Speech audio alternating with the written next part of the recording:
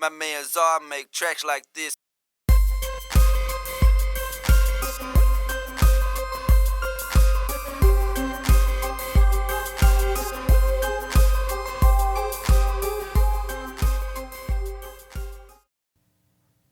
What's going on, y'all? So recently my Orion 32 started experiencing some issues, so I had to send it off for repair. I have a backup interface, a Profire 2626 from M-Audio that I found out doesn't work anymore because M-Audio discontinued it and there's no drivers for my Mac OS version 10.12 that I'm on right now.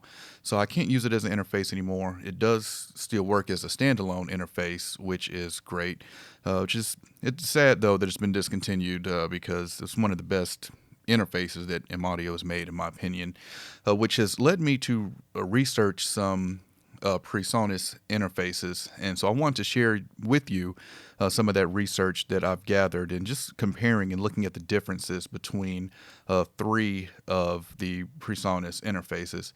So if you've been looking at Presonus interfaces, as far as, and I'm only going over the rack mount ones here, the three that I was looking at was the Studio 1824. This is 18 in, 24 out, a USB interface that was recently announced. The previous flagship interface for Presonus, which was the Studio 192. This is also a USB interface, 26 inputs, 32 outputs, and the very similar looking, minus the besides the faceplate, is the Quantum, which is the new flagship interface from Presonus, and this one is Thunderbolt. So I'm going to pull up Sweetwater's page, and we're going to go over some obvious comparisons, and then I'll talk about some not so obvious comparisons that you won't find on a comparison sheet anywhere between these three interfaces. Okay, so I've got these three interfaces up being compared on Sweetwater's site.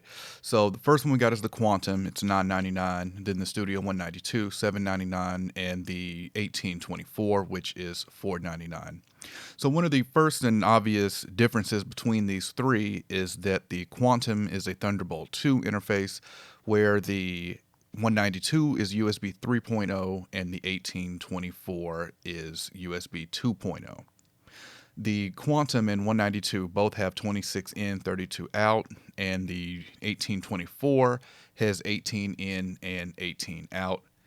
Scrolling down a little bit, so all three of them come with the Studio Magic plugin suite.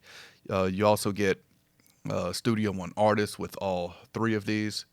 One of the differences that I noticed is that the 1824 only has a word clock out. It doesn't have a word clock in, so you cannot clock it by another device by word clock. It only has a word clock out. The 192 and the Quantum both have word clock in and out. All of them does 24-bit 192. So let's get into some of the differences that you're not going to see here. So I'm going to start with the dynamic range of the converters. So the 1824, its converter range is 115 dB, 192, 118 dB, and the Quantum is 120 dB. So one of the biggest differences that I found between the Quantum and the 192 is that the 192 has standalone mode. This is really great because with standalone mode, even if Presonus stops making drivers, like for example what's happened to my M-Audio interface, if it can work in standalone mode, you're still able to use it as an 8-channel mic pre or 8-channel A to D and D to A converter.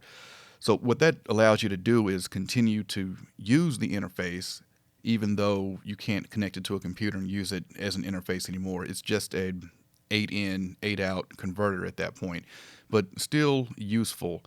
The Quantum, it comes with a 50% off upgrade to Studio One Professional, and the 192 has DSP, and the Quantum does not have DSP. They all have the X Max preamps. Out of these three, I decided to purchase the Quantum, so I've been using the Quantum for probably about a week now. So those are just some of the differences between these three interfaces. So again, I chose the Quantum. I'll be doing some more videos on the Quantum as I get used to it and use it more. But just to sum it up, the 1824 at $499. This is a really good entry level interface to me if you're looking for something with multiple pre's. You also have expandability by ADAT on there for another 8 channels. It was really good for $499 to be able to get that much I/O out of an interface. The 192 still think is a great interface, and the prices came down on that a little bit because of the Quantum being released.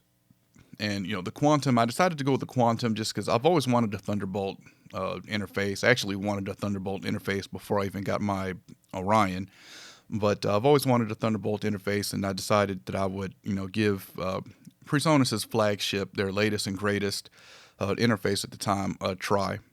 All right, so any questions, comments, let me know. If you were looking to choose between some of these interfaces that Presonus has, I hope this video helped.